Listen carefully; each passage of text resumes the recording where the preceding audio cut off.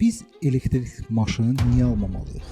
Elektrik avtomobillərinin və yaxud da ki, müasir avtomobillərinin belə bir problemi var. Onlar proqram təminatından işləyirlər. Kimə lazım deyil, o da avtomobil alır. Çünki avtomobil Azərbaycanda bir statusdur. Mən başa düşmürəm, düzü deyim ki, 680 at gücünü nə edəcəksən?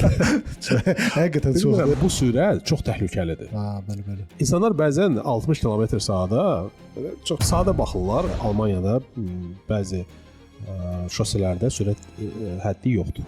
Mənə dedi ki, getdik.